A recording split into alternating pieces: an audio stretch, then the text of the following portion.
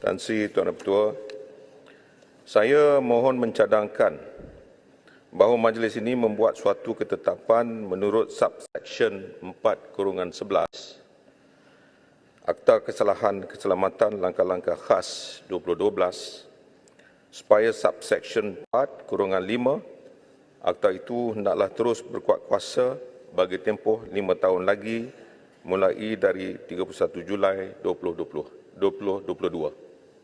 Terima kasih.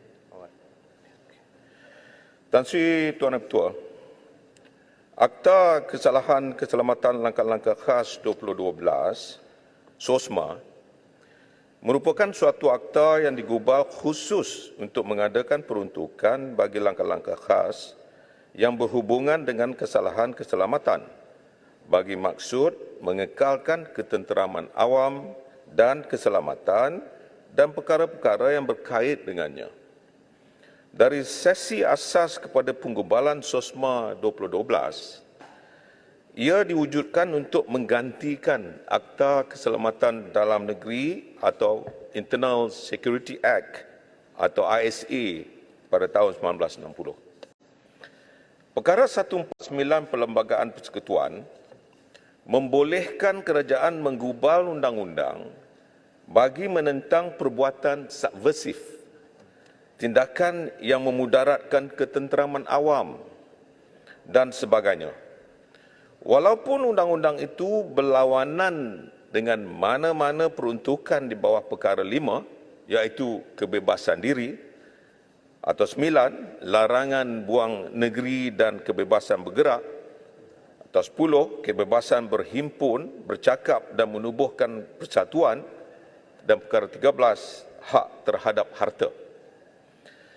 Ruang untuk mengubah perundangan menentang perbuatan subversif, tindakan yang memudaratkan ketenteraman awam, termasuklah dengan nyata dalam perkara 149 Perlembagaan Persekutuan. Sesuatu akta boleh digubal apabila tindakan telah diambil atau diancam oleh mana-mana kumpulan besar orang, sama ada di dalam ataupun di luar persekutuan. A. Untuk menyebabkan keganasan terancang terhadap orang atau harta, atau untuk menyebabkan sebilangan besar warga negara takut akan keganasan itu. Atau B. Untuk membangkitkan perasaan tidak setia terhadap Yang di-Pertuan Agong atau mana-mana kerajaan di dalam persekutuan. Atau C. Untuk menggalakkan perasaan niat jahat dan pemusuhan antara kaum yang berlainan atau golongan penduduk yang berlainan yang mungkin menyebabkan keganasan. Atau D. Untuk mendapatkan perubahan selain dengan cara yang sah apa-apa jua yang ditetapkan melalui undang-undang. Atau E. Yang memudaratkan penyelenggaraan atau perjalanan apa-apa bekalan atau perkhidmatan kepada orang awam atau mana-mana golongan orang awam di dalam persekutuan atau mana-mana bahagiannya. Atau F. Yang memudaratkan ketenteraman awam di dalam persekutuan atau mana-mana bahagiannya atau yang memudaratkan keselamatannya.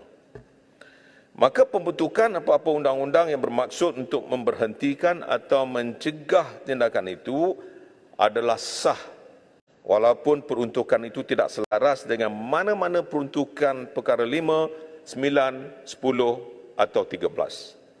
Susulan itulah Parlimen Malaysia di bawah perkara 149 Perlembagaan Persekutuan menggubal dan meluluskan SOSMA 2012 dan akta ini mula berkuat kuasa pada 31 Julai 2012 melalui perwataan penetapan tarikh permulaan kuat kuasa SOSMA iaitu PU-B 256-2012. Kesalahan-kesalahan keselamatan yang boleh diambil tindakan di bawah akta ini adalah seperti berikut. 1. Bab 6 kesalahan terhadap negara, Kanun Kesesaan Akta 574. 2. Bab 6A, kesalahan yang berhubungan dengan keganasan, Kanun Kesesaan. Dan 3. Bab 6B, jenayah terancang atau Kanun Kesesaan, jenayah terancang Kanun Kesesaan. Dan 4, bahagian 3A, penyeludupan migran, Akta Anti Pemandangan Orang dan Anti Penyeludupan Migran 2007 atau 670, dan 5, Akta Langkah-Langkah Khas menentang keganasan di luar negara 2015 iaitu Akta 770. Selain itu, di bawah subsection 4/3 dinyatakan dengan sejelas-jelasnya, saya nak ulangi, dinyatakan dengan sejelas-jelasnya, iaitu tiada seorang pun boleh ditangkap dan ditahan di bawah section ini semata-mata atas kepercayaan politik atau aktiviti politiknya.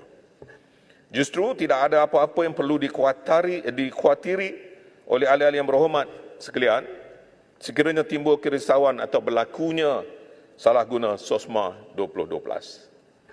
Sejak tahun 2012 sehingga kini, pihak Polis Diraja Malaysia PDRM telah menggunakan SOSMA 2012 ini untuk pelbagai tindakan dalam menangani sebarang ancaman keselamatan kepada negara. Sejak tahun 2016 sehingga Januari 2022, seramai 3,717 orang subjek telah ditahan di bawah akta ini. Sebagaimana yang diperuntukkan daripada jumlah tersebut, seramai 400 orang subjek ditahan kerana terlibat dengan elemen kumpulan pengganas. 321 terlibat dengan aktiviti sindiket penyeludupan manusia. 1,838 kerana kesalahan pemerdagangan manusia dan 1,030 di bawah kesalahan melibatkan jenayah terancam. Susulan penahanan tersebut, seramai 126 telah dituduh di bawah kesalahan keganasan dari tahun 2017 hingga 2022. Dalam tempoh 2018 hingga 2022 pula, seramai 552 orang telah dituduh di bawah kesalahan penyeludupan migran. Daripada statistik ini jelas menunjukkan ancaman kesalahan keselamatan ini adalah nyata dan serius.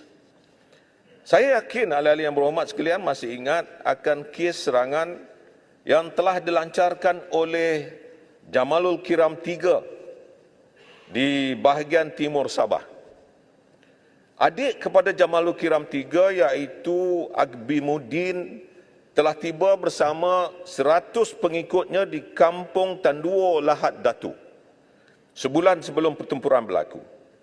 Pertempuran awal telah bermula pada 1 Mac 2013 sehingga 22 Mac 2013 di antara PDRM atau tentera dan tentera yang membawa kepada peletakan senjata oleh pencerobohan. Susulan serangan ini seramai 8 orang pegawai polis dan 2 tentera telah terkorban. Berikutan insiden serangan ini, pihak PDRM telah melakukan tangkapan seramai 551 orang. Daripada jumlah tersebut, 31 orang dituduh di bawah SOSMA 2012 ini dan 8 yang dituduh dihukum hukuman gantung sampai mati. Insiden di Lahad Datu ini nyata telah menimbulkan perasaan tidak tenteram di kalangan masyarakat sekaligus menimbulkan kegentaran awam pada ketika itu. Untuk makluman yang berhormat sekalian, ancaman keselamatan sebegini dan khususnya terhadap Sabah masih berterusan sehingga kini. Disebabkan itu, SOSMA 2012 ini masih relevan dan diperlukan khususnya untuk mengatasi sebarang ancaman di Sabah dan juga dalam negara kita sendiri. Sejak 5 tahun, subsection 4/5 SOSMA 2012 ini dilanjutkan pada 2017. Pihak PDRM telah menggunakan sebaiknya peruntukan perundangan yang ada demi melindungi negara ini dari ancaman-ancaman keselamatan dan ketenteraman awam.